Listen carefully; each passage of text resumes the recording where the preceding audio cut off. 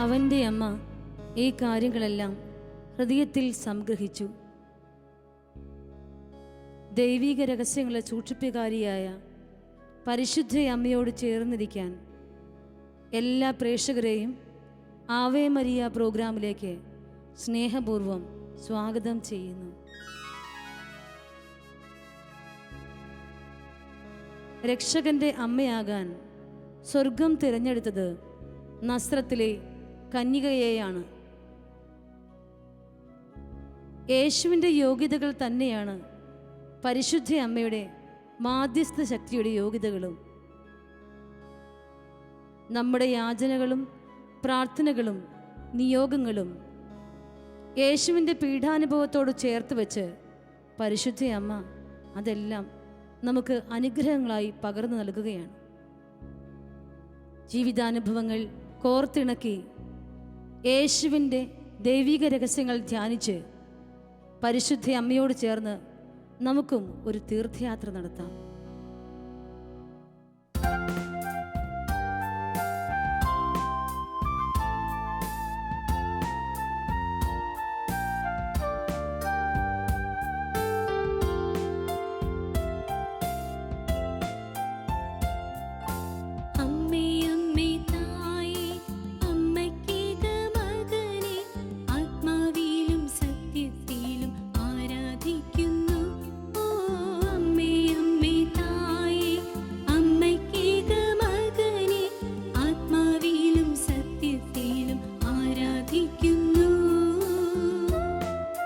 ദിവ്യകാരുണ്യത്തിൽ എഴുന്നള്ളിരിക്കുന്ന ഈശോയെ പരിശുദ്ധ അമ്മയോട് ചേർന്ന് ആത്മാവിൽ നമുക്കും ആരാധിക്കാം.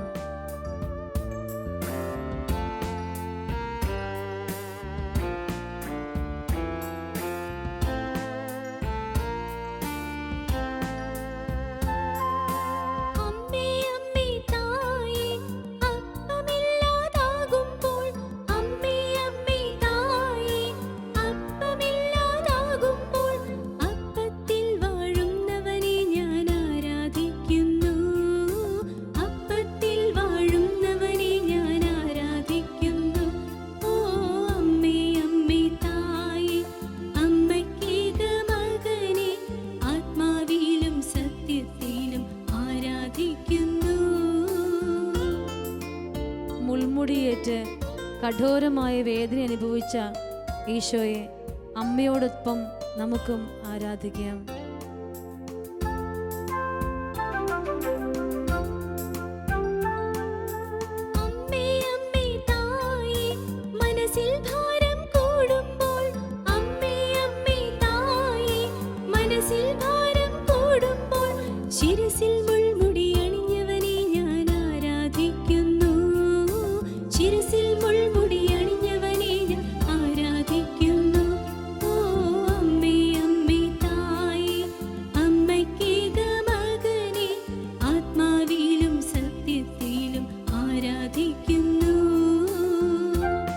കൈകാലുകളിലും ശരീരമാസകലം മുറിവേറ്റ് വേദന അനുഭവിച്ച ഈശോയെ അമ്മയോട് ചേർന്ന് നമുക്കും ആരാധിക്കാം.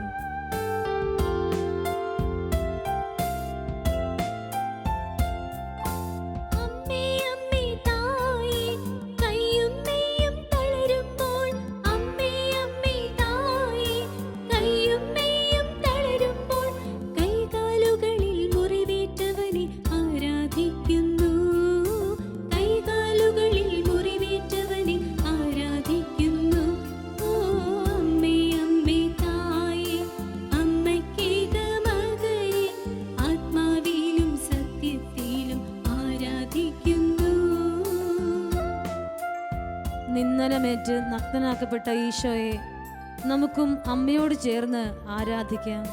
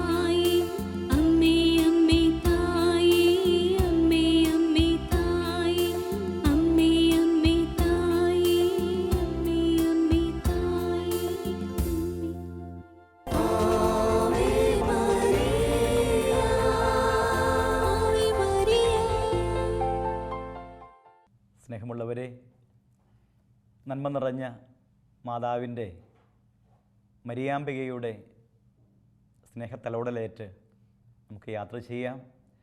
പരിശുദ്ധ മാതാവിൻ്റെ വിമല ഹൃദയത്തിലേക്ക് നമ്മുടെ ജീവിതങ്ങളെ പ്രതിഷ്ഠിച്ച് പ്രാർത്ഥിക്കാം. ഈശോയെ, ഞങ്ങൾ നന്ദി പറയുന്നു. അവിടുത്തെ സ്നേഹകാരുണ്യത്തിലേക്ക് പരിശുദ്ധ അമ്മ വഴി ഞങ്ങളെ സമർപ്പിക്കുന്നു. ആ തിരുഹൃദയ സ്നേഹം ഞങ്ങളുടെ കുടുംബങ്ങളിൽ, ഹൃദയങ്ങളിൽ, വ്യക്തിബന്ധങ്ങളിൽ, വ്യക്തിജീവിതങ്ങളിൽ നിറയ്ക്കുവാൻ കരുണയുണ്ടാകണമേ. പരിശുദ്ധ മറിയമേ, നല്ല മാതാവേ, ഞങ്ങളുടെ അമ്മേ, ആശ്രയമേ, സങ്കേതമേ, അമ്മ കൂടെയായിരിക്കണമേ.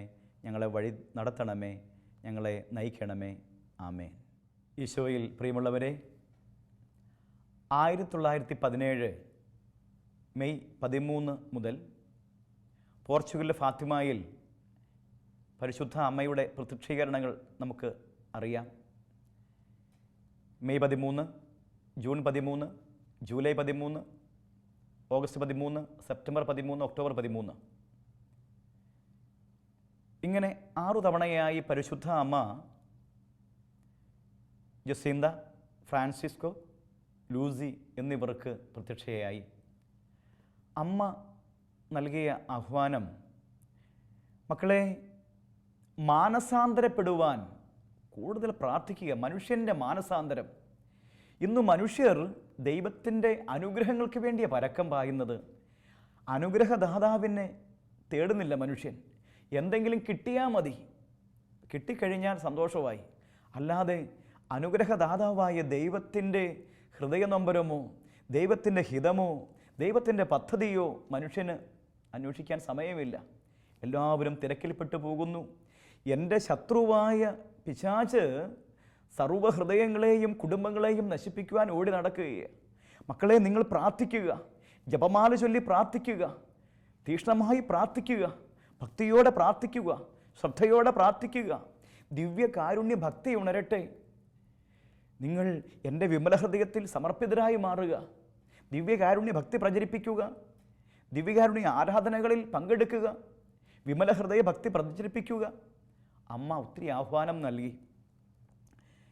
എൻ്റെ സ്നേഹസഹോദരങ്ങളെ, ഈ അമ്മയുടെ കൽപ്പന, അമ്മയുടെ സ്നേഹവാക്കുകൾ, അമ്മയുടെ ഓർമ്മപ്പെടുത്തലുകൾ ഒന്നും മനുഷ്യർ ശ്രദ്ധിക്കുന്നേയില്ല. പിന്നെ ഫാത്തിമയിൽ അങ്ങനെ പറഞ്ഞു, അല്ല ഇങ്ങനെ പറഞ്ഞു. മാതാവിൻ്റെ വാക്കുകൾക്ക് ആരും വലിയ ഊന്നലോ പ്രസക്തിയോ കൊടുക്കുന്നില്ല.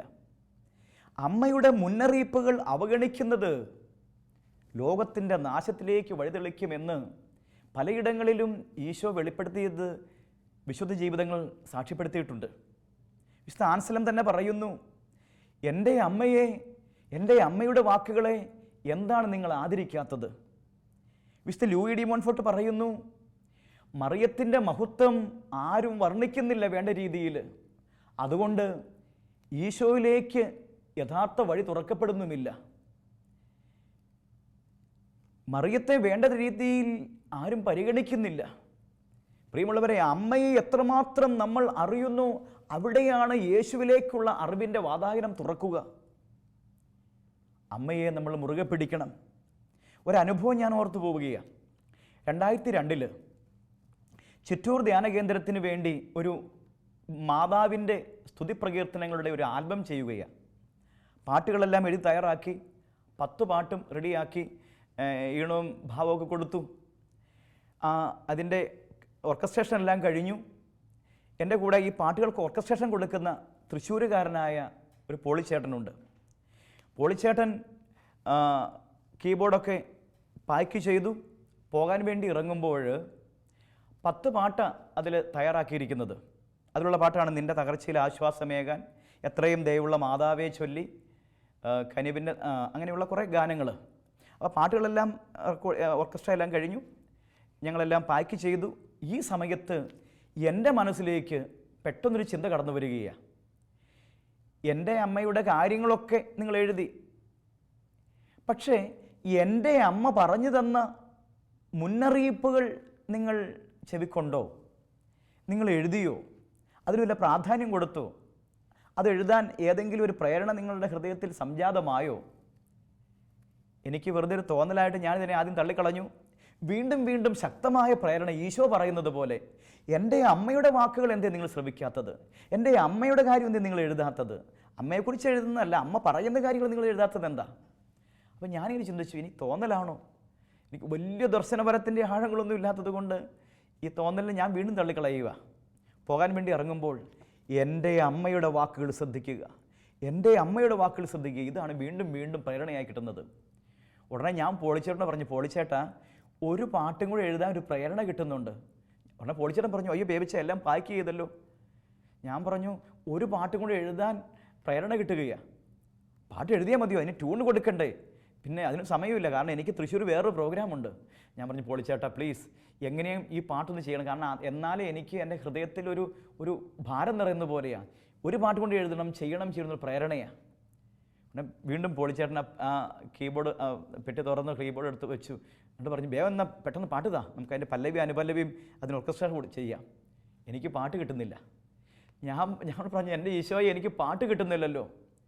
ഉടനെ വീണ്ടും ഈശോയുടെ ഒരു പ്രേരണ, എൻ്റെ അമ്മയുടെ വാക്കുകൾ നിൻ്റെ ഹൃദയത്തിൽ ഉണരട്ടെ. എനിക്ക് അങ്ങനെ ഒരു വാക്കുകൾ ഞാൻ കേട്ട ചെയ്യുന്ന കാര്യങ്ങളൊന്നും എൻ്റെ മനസ്സിൽ ഓർമ്മയിൽ നിൽക്കുന്നില്ല. പിന്നെ ഞാൻ എന്താ എഴുതുന്നത്? പോളിച്ചേട്ടനാണെങ്കിൽ അല്പം രോഷത്തിലൊക്കെ എത്തിപ്പെടുകയാണ്. വേവിച്ച സമയമില്ല, എനിക്കിട്ട് പാട്ടും കിട്ടുന്നില്ല. ഞാൻ പറഞ്ഞു, എൻ്റെ ഈശോയെ ഇതിന് പാട്ട് താ. എൻ്റെ പ്രിയമുള്ളവരെ, ഇത് പറഞ്ഞു തീർന്നതും, മക്കളെ എൻ്റെ സുതനാമീശോ ക്രൂശിലെ അന്ത്യനിമിഷങ്ങളിൽ നിങ്ങളെ എനിക്കു സുതരായി നൽകി. നിങ്ങളീ അമ്മതൻ മക്കളല്ലോ. പാപം ലോകത്തിൽ പെരുകുന്നു, പാവം മനുഷ്യർ തളരുന്നു. പാവം മക്കളെ വഞ്ചിക്കുവാൻ സാത്താൻ അലറി നടക്കുന്നു. മക്കളെ ഉണർന്നിരുന്നിടുവിൻ, പരിശുദ്ധമാം കുർബാനയും ജപമാല പ്രാർത്ഥനയും ശക്തിയായി നേടിടുവിൻ. രാജ്യം രാജ്യത്തിനെതിരാകും, ഭീകരയുദ്ധങ്ങളുളവാകും. പീഡനവും ദുഃഖദുരിതങ്ങളും നാശത്തിൻ ദിനമണയുന്നു. മക്കളെ ഉണർന്നിരുന്നിടുവിൻ, ഉപവാസവും പ്രാർത്ഥനയും പ്രായശ്ചിത്ത ജീവിതവും നിങ്ങൾ നേടിടുവിൻ. ദൈവം സ്ഥാപിച്ച കുടുംബങ്ങളെ നരകക്കെണിയിൽ വീഴ്ത്തിടാൻ ഇരുളിൻ ശക്തികളണയുന്നു, വഞ്ചകരായവരണയുന്നു. മക്കളെ ഉണർന്നിരുന്നിടുവിൻ, പരിശുദ്ധമാകും തിരുവചനം ആത്മാവിൽ നിറച്ചിടുവിൻ. തമ്മിൽ സ്നേഹിക്കുവിൻ, തമ്മിൽ സ്നേഹിക്കുവിൻ. പ്രിയമുള്ളവരെ, ഈ പാട്ട് ഈ അമ്മ പറഞ്ഞു തരുന്ന പോലെ ഇങ്ങനെ മനസ്സിലേക്ക് ഓർത്ത് വരിക. ഞാൻ എഴുതിക്കൊണ്ട് പാടുക.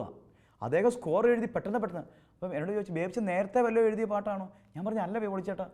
പിന്നെ ട്യൂണും ഇപ്പം കിട്ടിയതാ. പ്രിയമുള്ളവരെ, അമ്മയുടെ ഒരു ഹൃദയനൊമ്പരം അങ്ങ് ചൊരിഞ്ഞതാ. ഹൃദയനൊമ്പരം ചൊരിഞ്ഞതാ എന്ന് പറഞ്ഞാൽ, രാജ്യം രാജ്യത്തിനെതിരാകും, ഭീകര യുദ്ധങ്ങൾ ഉളവാകും, പീഡനവും ദുഃഖദുരിതങ്ങളും നാശത്തിൻ്റെ ദിനമണയുക.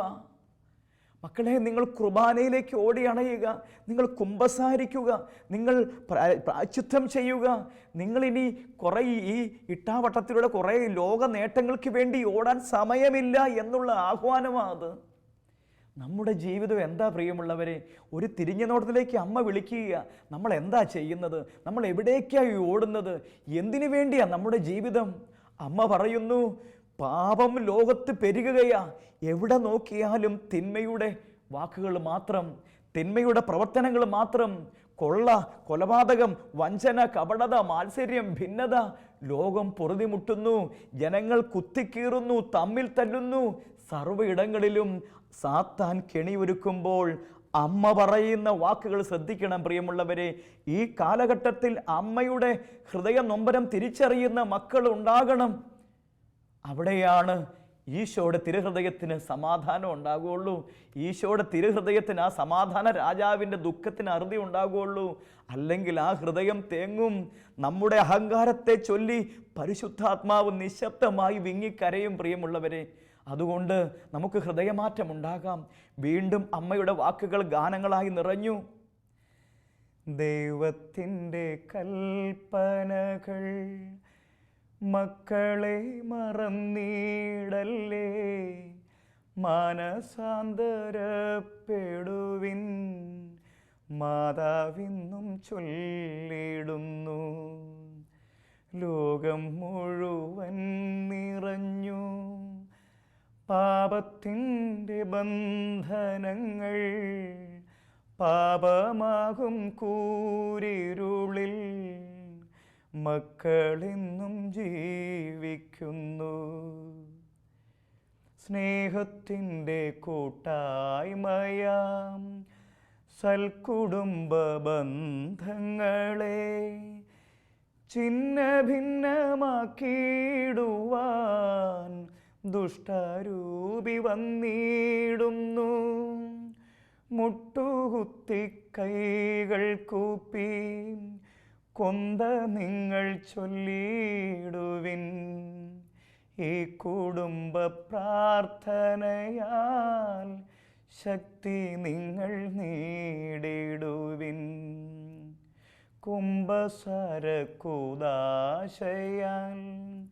ശുദ്ധി നിങ്ങൾ നേടിടുവിൻ. പരിശുദ്ധ കുർബാനയെ ഭക്തിയോടെ ഉൾക്കൊള്ളുവിൻ. പാവനാത്മനേകിടുന്ന ജീവനേകും തിരുവചനം ധ്യാനിച്ചനുതാപത്തിൻ്റെ മാർഗം നിങ്ങൾ സ്വീകരിപ്പിൻ.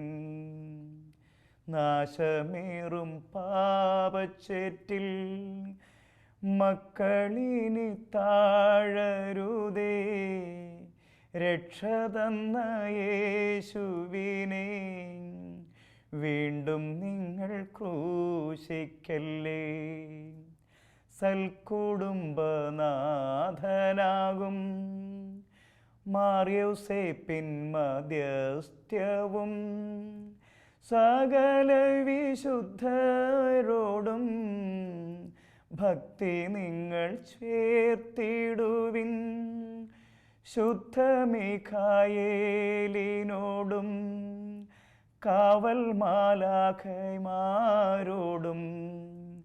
നിത്യം നിങ്ങൾ പ്രാർത്ഥിക്കണം. മധ്യസ്ഥങ്ങൾ യാചിക്കണം. ഉത്തരീയ ഭക്തിയെങ്ങും നിങ്ങൾ പങ്കുവച്ചിടുവിൻ. ഉത്തരീയ മാതാവിൻ്റെ സംരക്ഷണം തേടുവിൻ. സകല വിശുദ്ധരോടും ഭക്തി നിങ്ങൾ കൈക്കൊള്ളുവിൻ. നിത്യം നിങ്ങൾ പ്രാർത്ഥിക്കുവിൻ. ശക്തി നിങ്ങൾ നേടിടുവിൻ. തമ്മിൽ തമ്മിൽ സ്നേഹിക്കുവിൻ. വിദ്വേഷങ്ങൾ നീക്കിടുവിൻ. രക്ഷയേകും യേശുവിനെ ഉൾത്തടത്തിൽ സ്വീകരിപ്പിൻ.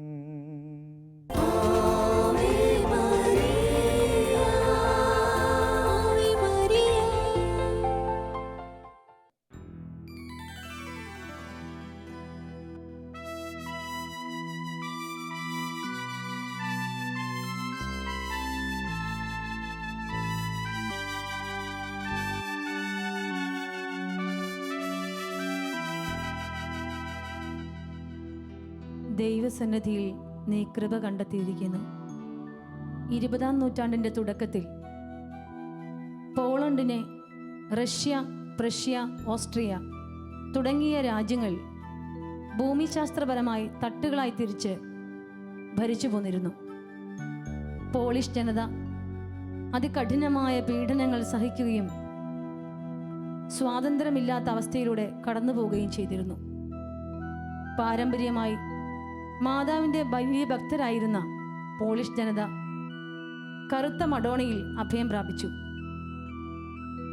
എന്നാൽ 1920 സെപ്റ്റംബർ 14-ാം തീയതി റഷ്യ വീണ്ടും പോളണ്ടിനെ ആക്രമിക്കാൻ തക്കം പാർത്തിരുന്നു. ആക്രമണം ആരംഭിച്ചു. വ്യാകുലമാതാവിൻ്റെ തിരുനാളിൻ്റെ അന്ന് റഷ്യൻ സൈന്യം വിസ്തുള നദിയുടെ കുറുകെ കടക്കാൻ പറ്റാതെ അവിടെ താവളമടിച്ചു. തൊട്ടടുത്ത് ആക്രമണം കാത്തിരുന്നു. കറുത്ത മഡോണയോട് മുട്ടിപ്പായി പ്രാർത്ഥിച്ചിരുന്ന പോളിഷ് ജനത ഒരു വലിയ അത്ഭുതത്തിന് സാക്ഷികളായി തീർന്നു. കട്ടിയായ ഒരു മേഘം വിസ്തുള നദിയുടെ മുകളിൽ തങ്ങി നിൽക്കുകയും മേഘത്തിൽ നിന്ന് പരിശുദ്ധ അമ്മയെ ദർശിക്കാൻ സാധിക്കുകയും ചെയ്തു. സ്വർഗീയ സൈന്യങ്ങളുടെ രാജ്ഞിയായ പരിശുദ്ധ അമ്മയെ റഷ്യൻ സൈന്യം കണ്ട് ഭയന്ന് ഓടി രക്ഷപ്പെട്ടു. പോളിഷ് ജനതയുടെ മാതാവിലൂടെയുള്ള ഈ വിജയം ചരിത്രത്തിൻ്റെ നാഴികക്കല്ലായി ശേഷിക്കുന്നു. പ്രിയപ്പെട്ടവരെ, അമ്മ കരുണയുടെ അമ്മയാണ്. നിലവിളിക്കുന്ന ഓരോ മക്കളുടെ അടുത്തേക്കും അമ്മ സ്നേഹത്തോടെ, കാരുണ്യത്തോടെ ഓടിയെത്തും. ഈ അമ്മയെ മനസ്സിൽ ധ്യാനിച്ച് കനിവ് കൊണ്ട് നിറയാൻ, ഈശോയുടെ കാരുണ്യം കൊണ്ട് നിറഞ്ഞ് ജീവിക്കാൻ ഈ ഗാനത്തിലൂടെ പാടി നമുക്കും പ്രാർത്ഥിക്കാം.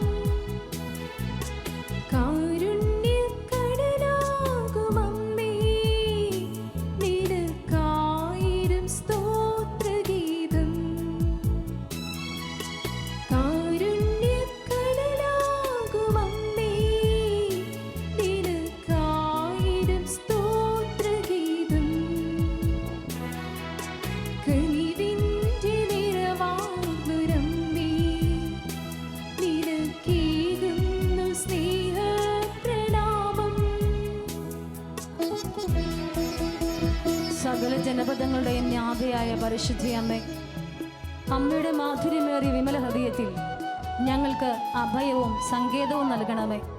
സഹോദരങ്ങളെ കാണാനും സ്നേഹിക്കാനും വിമല ഹൃദയത്തിന്റെ ശക്തിയിലേക്ക് ചേർത്ത് നിർത്താനും അമ്മ ഞങ്ങളെ പഠിപ്പിക്കണമേ, സഹായിക്കണമേ.